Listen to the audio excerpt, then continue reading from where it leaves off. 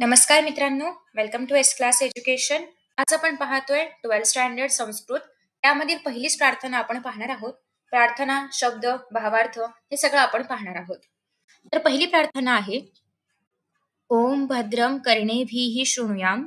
आता मी एक एक शब्द रीड करते कारण तुम्हाला त्याचा उच्चार कळला पाहिजे आणि शब्द पण कळला पाहिजे. सो ओम भद्रम कर्णेभिः शृणुयाम देवाः. आता याचं मीनिंग काय असतं तर बघा, या ठिकाणी तुम्हाला शब्द पाहायला मिळतात. भद्रम म्हणजे काय, शुभ किंवा मंगल. कर्णेभिः म्हणजे कानांद्वारे. शृणुयाम म्हणजे आम्हाला ऐकू दे किंवा आम्हाला ऐकू येऊ दे. देवाहा म्हणजे हे देवांनो, म्हणजे आपण देवांना संबोधून असं म्हणतो आहोत. तर आता या ओळींमध्ये नेमकं आपल्याला म्हणायचं काय आहे, की हे देवांनो आमच्या कानांनी किंवा कानांना या गोष्टी ऐकू देत किंवा ऐकू येऊ देत. कसल्या गोष्टी किंवा काय गोष्टी? तर पुढे त्यांचं असं म्हणणं आहे, की भद्रम पश्येयाम क्षभीर भद्राम पश्येयाम क्षभीर यजात्रः. म्हणजेच काय, याच्यातून त्यांना नेमकं काय सांगायचं आहे तर शब्दार्थांमधून आपण पाहूया. पश्येम म्हणजे आम्ही पाहू दे. अक्षिभिः म्हणजे डोळ्यांनी. अक्ष म्हणजे एक डोळा आणि अक्षिभिः म्हणजे डोळ्यांनी. यजत राहा म्हणजे यज्ञ योग्य किंवा पूजे योग्य. म्हणजे आता या ओळींचा अर्थ काय होतो, पहिल्या ओळी काय होत्या, की हे देवांनो किंवा हे देव हो, आमच्या कानांनी केवळ मंगलमय मंगलमय गोष्टी ऐकू देत, म्हणजे जे काही बरोबर आहे, जे काही चांगलं आहे तेच फक्त आमच्या कानांनी ऐकू देत. आणि आताच्या ओळीचा अर्थ असा आहे, की आमच्या डोळ्यांनी फक्त चांगलं जे काही आहे तेच पाहावं, जे काही शुभ आहे त्यातच फक्त दर्शन आमच्या डोळ्यांना झालं पाहिजे. आता बघा, हा एक मोठा शब्द आहे, त्याला आपण तोडून तोडून बोलणार आहोत. स्थिरैरंगैस तुष्टुवांसास तनुभिः. म्हणजे याचं मीनिंग काय होतं, आता यामधल्या शब्दांचा आधी आपण अर्थ बघूया. स्थिरैहि म्हणजे स्थिर आणि दृढ. अंगैहि म्हणजे अवयवांनी. वांसह म्हणजे काय, स्तुती करणारे. स्तुती म्हणजे चांगलं बोलणारे, चांगलं गुणगान गाणारे. तनुभिः म्हणजे शरीरांनी आणि किंवा देहांनी. शरीर आणि देह एक समानार्थी शब्द. त्याच्यानंतर पुढे असं आहे, आता याचं मीनिंग काय होतं बघा, की स्थिर शरीराने, स्थिर मनाने मला देवाचं नामस्मरण करता करता माझं आयुष्य व्यतीत करायचं आहे. म्हणजेच काय, आपलं मन स्थिर असेल, आपलं शरीर स्थिर असेल, आपलं मन स्थिर असेल, तरच आपण देवाची स्तुती चांगल्या पद्धतीने करू शकतो. तरच ती देवापर्यंत पोहोचते. त्यानंतर पुढे असं म्हणणं आहे, व्याशेम देवहितम यदायुः. म्हणजेच काय, आता या शब्दांचे अर्थ बघूया. व्यशेम म्हणजे काय, माझं आयुष्य व्यतीत करू दे, तेच पुढचं एक्सटेन्शन आपण पाहिलं. देवहित म्हणजे देवाच्या हितासाठी किंवा दैवी कल्याणासाठी किंवा देवासाठी स्पेसिफिकली. यत म्हणजे जे जे जे काही आहे. आयुः म्हणजे आयुष्य, म्हणजे माझं जेही काही आयुष्य असेल, जेवढंही काही आयुष्य असेल, ते मला देवाची सेवा करण्यात घालवायचं आहे किंवा देवासाठी घालवायचं आहे, त्याच्या त्याच्या कल्याणासाठी घालवायचं आहे किंवा दैवी कल्याणासाठी घालवायचं आहे, असं त्यांना म्हणायचं आहे. म्हणजे पूर्ण याचा अर्थ काय होतो आणि शेवटी आहे, ओम शांतीः शांतीः शांतीः. सो हे देवांनो, आमच्या कानांनी केवळ मंगलमय गोष्टी ऐकू देत, आमच्या डोळ्यांनी फक्त शुभ अशा गोष्टी पाहू देत किंवा फक्त चांगल्या अशा गोष्टी पाहू देत. स्थिर शरीर किंवा मनाने देवाची स्तुती करत आमचं आयुष्य व्यतीत केलं जाऊ देत. आणि देवहितासाठी, दैवी गोष्टींच्या कल्याणासाठी हे काही जे माझं आयुष्य आहे किंवा जे माझं शरीर आहे, जेवढंही माझी लाईफ असेल, जेही माझं आयुष्य असेल, त्या सगळ्याचा सतकारणासाठी उपयोग होऊ देत. ओम शांती शांती शांती. ठीक आहे.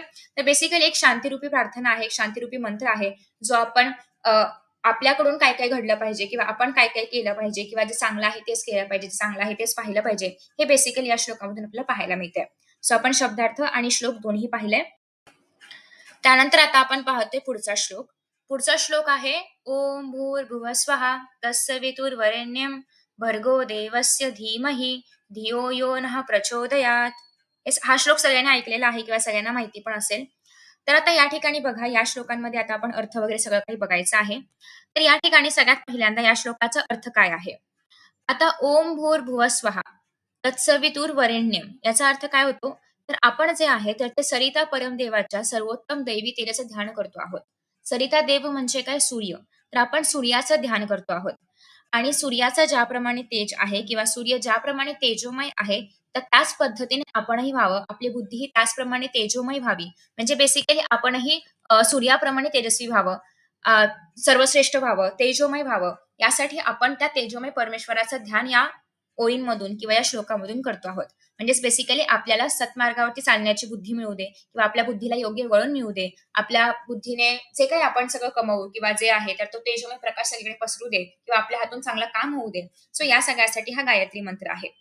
खरं तर हा जो मंत्र आहे, तर तो सगळ्यात महत्त्वाचा मंत्र मानला जातो आणि असं म्हटलं जातं, की म्हणजे आमच्या शाळेमध्ये काय व्हायचं माहिती का, सगळ्या प्रार्थना वगैरे झाल्यानंतर एक 2 मिनिटं साधारणतः मौन पाळलं पाळलं जायचं. डोळे वगैरे बंद करायचे असायचे आणि त्याच्यामध्ये हा गायत्री मंत्र लूपमध्ये 5 वेळा वगैरे म्हटला जायचा.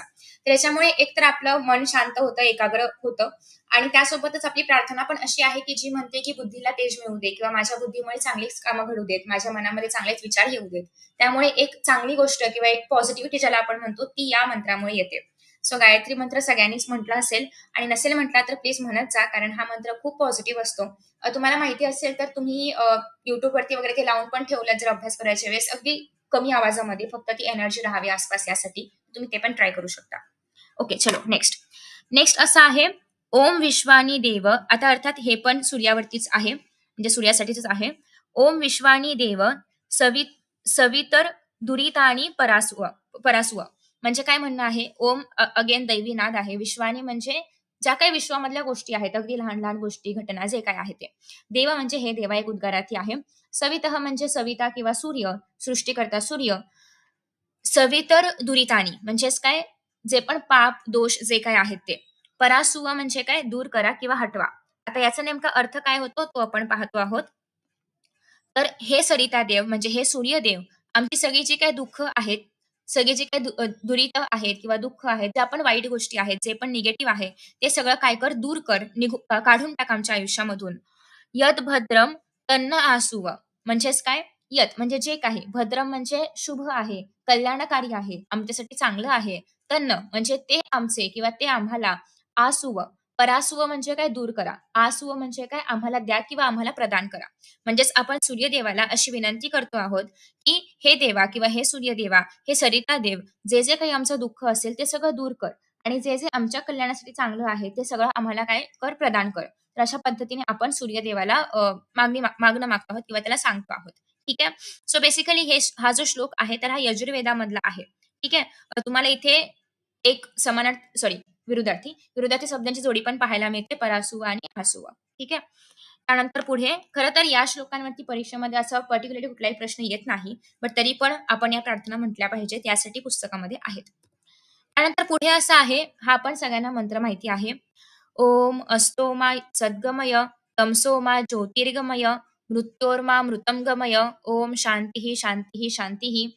आता बघा याचा अर्थ काय आहे. ओम सगळ्यांना माहिती आहे. एक ओंकार आहे, नाद आहे, प्रभावी नाद आहे, दैवी नाद आहे. असतो म्हणजेच काय, असत म्हणजे असत्य, अज्ञान, अस्तित्वहीन. मा सद्गमय, मा म्हणजे काय, मला, आम्हाला. सद्गमय म्हणजे सत म्हणजे काय, चांगलं, सत्य, अस्तित्व, शाश्वत. गमय म्हणजे नेत जा किंवा प्रेरित करत जा. तमसोमा ज्योतिर्गमय म्हणजे काय, तमस म्हणजे काय, अंधार, अज्ञान. तर या अज्ञानातून ज्योतीकडे म्हणजे प्रकाशाकडे घेऊन जा.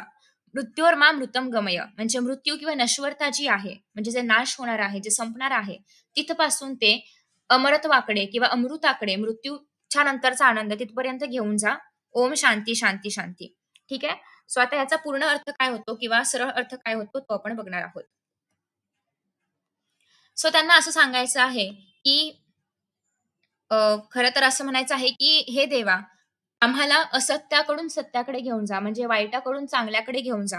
अंधारातून प्रकाशाकडे आम्हाला घेऊन जा आणि मृत्यूपासून आम्हाला अमरत्वाकडे घेऊन जा, म्हणजे नाश होण्यापासून आम्हाला अमरत्वाकडे म्हणजे सतत राहणारं किंवा सतत असणारं अमर असं काहीतरी या दिशेकडे घेऊन जा. ओम शांतीः शांतीः शांतीः." म्हणजे खरं तर ही एक मन असा मंत्र आहे, की जो आपल्याला एक नवीन ऊर्जा देऊन जाणारा आहे. नवीन अशा पद्धतीने एक नवीन पर्स्पेक्टिव्ह देऊन जाणारा आहे. अगेन तुम्ही हा मंत्र पण नक्की म्हणू शकता. रोज पॉझिटिव्हिटी वगैरे या सगळ्यासाठी खूप चांगला आहे. मंत्राचा सांगण्याचा उद्देश हाच आहे, की आम्हाला नेहमीच वाईट मार्गाकडून चांगल्या मार्गाकडे जाण्याची सद्बुद्धी दे. नेहमीच आम्हाला कुठल्याही भीतीपेक्षाही मुक्तीकडे जाण्याची, नवीन-नवीन विचार आत्मसात करण्याची शिकवण दे आणि प्रत्येक क्षणी 2 निवड असतात आपल्याकडे. तर चांगली निवड असते आणि एक वाईट निवड असते. त्यामधली चांगली निवड कशी करायची हे आम्हाला सतत सांगत जा किंवा त्याचं मार्गदर्शन आम्हाला करत जा, असं आपण देवाकडे मागतोय. त्यानंतर पुढे असं आहे, की हं, ईशावास्यमिदं सर्वं यत्किंचित जगत्यां जगत. ईशा म्हणजे परमेश्वर, ईश्वर. ठीक आहे. वास्यम म्हणजे काय? व्यापलेले, ऑक्युपाईड. त्याच्यानंतर पुढे आहे सर्व म्हणजे सगळं. यत्किंचित म्हणजेच काय? जे काही अगदी जे पण असेल ते. इदम म्हणजेच काय? हे. आता हे या ठिकाणी याचा अर्थ काय आहे? जग वापरलेला आहे. जगत्या म्हणजे काय, जगतात किंवा जगवतात. तेन त्यक्तेन भुंजीथा मा गृध. तेन म्हणजेच काय ते, म्हणजे ते जे काही आहे ते आता या ठिकाणी आपण ईश्वरासाठी किंवा ईश्वर प्राप्तीसाठी वापरतो आहोत. त्यक्तेन म्हणजे काय, त्यागून टाकणं. भुंजिथा म्हणजे काय, उपभोग करणं किंवा जीवन जगणं. मा म्हणजे नको. गृधः म्हणजे लोभ धरू नकोस. ठीक आहे. त्यानंतर पुढे असं आहे की कस्य स्वित धनम म्हणजेच काय, कस्य स्वित म्हणजे कोणाच्यासाठी तरी किंवा कुठल्यातरी गोष्टीसाठी किंवा कुठल्यातरी धनासाठी किंवा कुठल्यातरी पैशासाठी किंवा फक्त पैशासाठी, तर अशा पद्धतीने. त्याचं फुल मीनिंग आपण बघणार आहोत. तर याचा अर्थ असा आहे की हे ईश्वरा किंवा ईश्वराला आपण असं म्हणतो आहे, की हे सगळं जग जे आहे, तर ते चल-इचल, चल-अचल म्हणजे काय, की चंचलता असेल किंवा स्थिर गोष्टी असतील, त्या सगळ्यांनी व्यापलेलं आहे. आणि म्हणून त्याग भावनेने किंवा जे जे काही आपण त्याग करू शकतो, जेवढं काही आपल्याला त्याग करणं शक्य आहे, तर त्याग भावनेने उपभोग कर. म्हणजे एखादी गोष्ट आपल्याकडे आहे, तर ती कधी पण जाऊ शकते किंवा आत्ता आपल्याकडे ही गोष्ट आहे, आता आपल्याकडे पैसा आहे, सगळं आहे. पण कदाचित उद्या काहीतरी असं होऊ शकतं आणि हे सगळं जाऊ शकतं. त्या सगळ्याचा त्याग पण केला जाऊ शकतो. त्याच्यामुळे आपल्याकडे जे काही आहे ते काहीच कालावधीसाठी आहे. तोपर्यंत त्याचा आपण उपभोग करायचा आहे आणि परत ते त्याग त्याचा होऊ पण शकतो किंवा आपण करू पण शकतो. आणि कोणाच्याही धनावर लोभ धरू नकोस आणि कधीही कुठल्याही गोष्टीचा लोभ धरू नको. आता या ठिकाणी फक्त धन म्हटलंय, पण धना व्यतिरिक्त ज्याही गोष्टींबद्दल आपल्याला लोभ असतो, ज्याही गोष्टींबद्दल आपल्याला असं वाटतं, की हे आपल्यालाच पाहिजे किंवा त्याला आता एक चांगला शब्द आठवत नाहीये मला, पण मोह म्हणू शकतो आपण. कुठल्याही गोष्टीचा मोह वगैरे असतो, तर ते सगळं सोडून त्याच्या त्या त्या त्या सगळ्याचा लाभ किंवा त्या सगळ्याबद्दल जास्त अटॅच न होता डिटॅच लाईफ जगावं, असं साधारण त्याचं म्हणणं आहे, की या सगळ्याचा त्याग करून सुद्धा आपल्याला आनंद घेता आला पाहिजे. कुठल्याही गोष्टीमध्ये नाही, तर आनंद प्रत्येक क्षणी घेता आला पाहिजे. सो हा श्लोक आपल्याला हेच सांगतं, की ज्या काही वस्तू आहेत, त्या देवाच्या मालकीच्या आहेत. आता अर्थात आपलं शरीर पण दैवी मालकीचंच आहे. आपण ते आपलं नाहीच आहे. आपला ना आपण त्याच्यामध्ये आहोत. आपण फक्त ते धारण केलेलं आहे. सो हे शरीर पण आपलं नाहीये. कुठल्याही गोष्टी आपल्या नाहीयेत. त्याच्यामुळे या सगळ्याचा लोभ न करता जे काही आपल्याला आयुष्य मिळेल किंवा जे काही क्षण आपल्या वाट्याला येतात, ते सगळे आपण समाधानाने जगले पाहिजेत. कुठल्याही इतर अवास्तव वस्तूंची आपण इच्छा नाही धरली पाहिजे आणि जरी त्या आपल्याकडे आल्या, तरी पण त्या कधीही निघून जाऊ शकतात. त्याच्यामुळे कुठल्याही गोष्टीशी खूप अटॅच नाही व्हायचं आहे. आणि जर आपल्याला सुखी आयुष्य जगायचं असेल, तर त्याग आणि समाधान हे जे 2 गोष्टी आहेत, ते या श्लोकामधून मांडलेल्या आहेत. ठीक आहे? तर अशा पद्धतीने आपण संपूर्ण श्लोक जे आहेत, तर ते पाहिलेले आहेत. आय होप की तुम्हाला प्रत्येक शब्दाचा अर्थ कळला असेल. या श्लोकांच्या मागची भावना कळलेली असेल. अगेन माझं काही चुकलं असेल, तर नक्कीच खाली कमेंट बॉक्समध्ये सांगू शकता. मी ते नेक्स्ट टाईम नक्की सुधारण्याचा प्रयत्न करेन. Thank so much and see you in the next video. Bye bye.